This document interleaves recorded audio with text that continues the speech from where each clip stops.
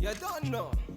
Hey YouTube fam, it's your girl Leah back again with another video. In today's video, as you can see from the title, it's just a wash and go video.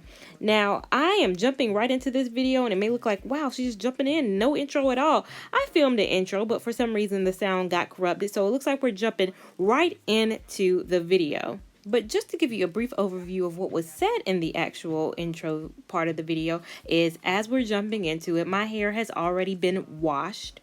I've already used the products that I will list down below for the washing. So I did my shampoo, I did my deep condition, and in the shower, I do my leave-in step. Now, for us with low porosity hair, it makes total sense for us to do the leave-in step in the shower, and that changed the game for me. And the leave-in that I use today is that Camille Rose Naturals Coconut Water leave-in. Also in the intro, I go over what today's key star product is, and the key star product is going to be that Wetline Xtreme gel, the one with the green lid. I know they make so many varieties. Blue lid, they make a blue version of it. There are so many varieties, but I'm using the OG green lid Wetline Xtreme for today. So that's the only product that I'm going in my hair with. I have that leave-in already in, and then I'm going in with that Wetline.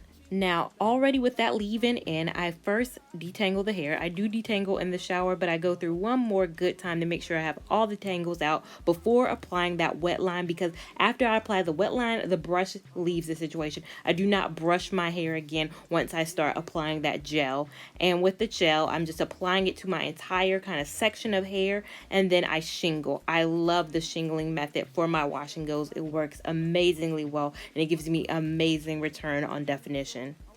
And all the shingling method really is just taking individual strands of your hair that you've already applied the product and twisting it around your finger. You're really supposed to do this from root to tip, but I, for some reason, start in the middle weirdly, but it still works out well for me. You don't have to do the shingling method. You can do prayer hands, you can do raking, you can do either method that you choose, but for me, this just works best.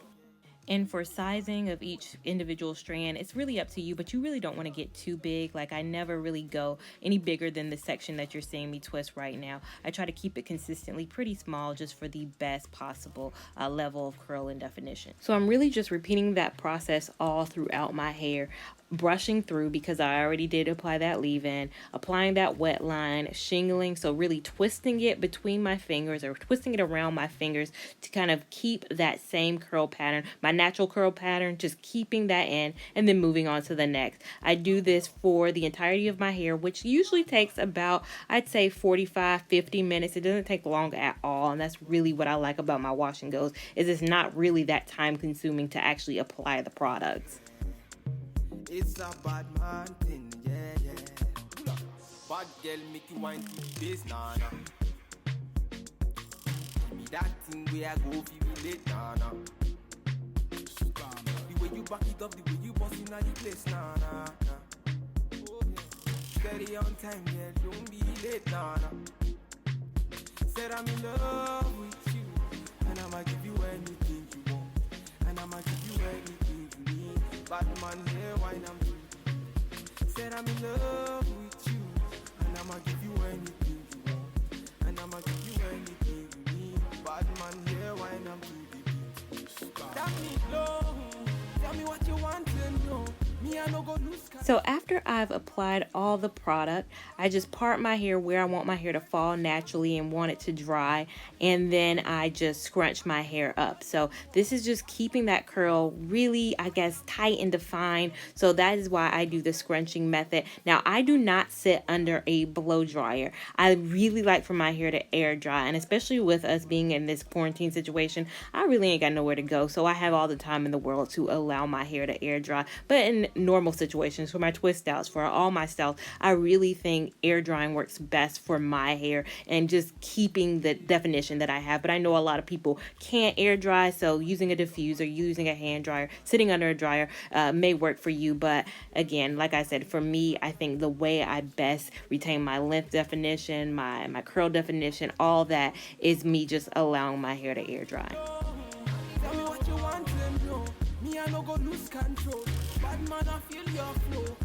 Later. So now I am back. This is how my hair is looking. I have to say I like it. I like how it turned out lengthwise. I definitely say I like how it looks definition wise. And again, my hair is completely dry. Let me turn around so you guys can see it. So this is it, completely not wet anymore, completely dry.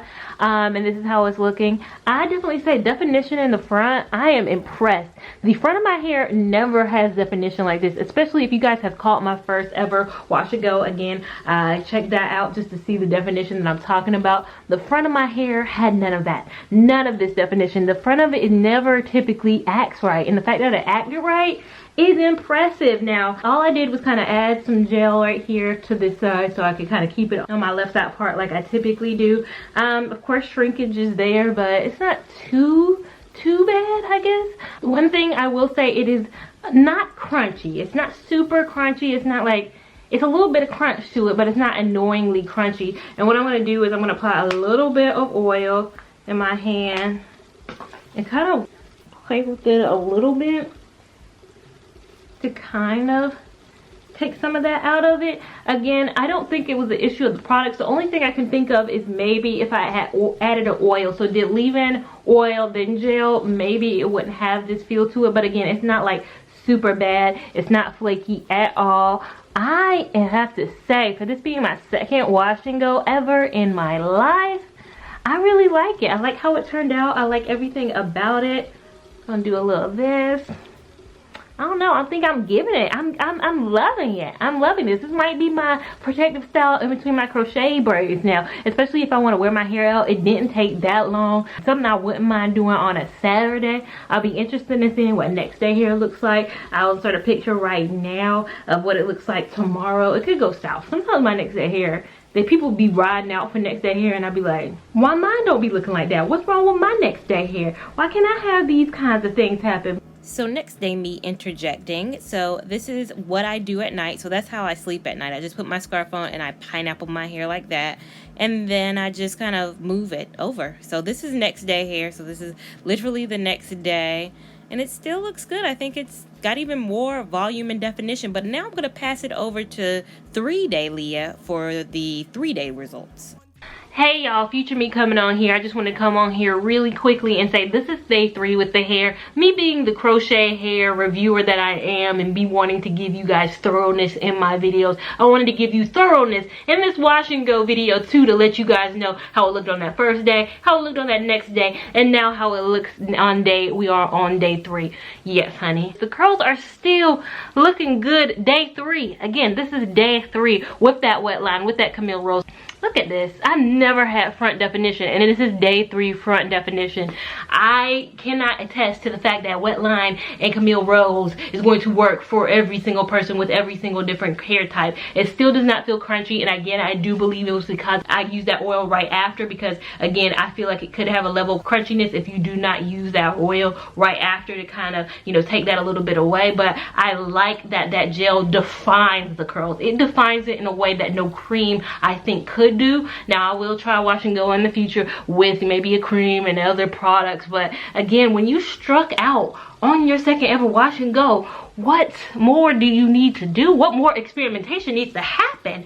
But I digress. I'm gonna let you know, past Taliah go ahead and close this video out. But you guys, let me know down below how you feel. Are you feeling this style? Is it a thumbs up? Is it a Leah Lavon yes, or is it a Leah Lavon no? I'm all ears on suggestions on how to make any wash and go that I do better. Make sure that you're subscribed to my channel so you don't miss any other good content that I produce for you guys over here on this channel. Make sure you have that notification bell on so you can be alerted as soon as I upload a new video. Make sure that you're following me on Instagram at LeahLavon89 so you can keep up with my shenanigans in real time, and I will see you in my next video. Thank you so much for watching.